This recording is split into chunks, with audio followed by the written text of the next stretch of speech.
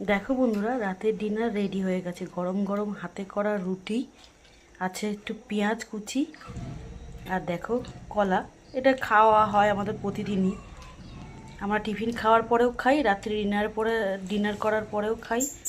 কোনো দিন খাই, কোনো দিন খাই না। আর এই দেখো ঘুগনি কী করে করেছি সেটা তোমাদের শেয়ার করেছি আগের ভিডিওতে। দেখো থিকনেস, আমি তোমাদের বলেছিলাম না কতটা ঘন হয়ে যাবে আর কতটা লোভনীয় হয়েছে। দেখো এই দেখো, এই রুটি দিয়ে এরমভাবে, ওফ সেই স্বাদ। বিয়ে বাড়িতে করে কাবলি ছানা মটর দিয়ে ঘুগনি করেছি। এর মধ্যে ছোটো ছোটো করে আলু কেটে দিয়েছি। তোমরা সেদ্ধ করেও দিতে পারো, আমি সেদ্ধ করার থেকে বেশি আমার এই ছোটো ছোটো করে দিলে বেশি টেস্ট হয়। কেমন হলো রাতের ডিনারটা কমেন্ট করে জানাবে।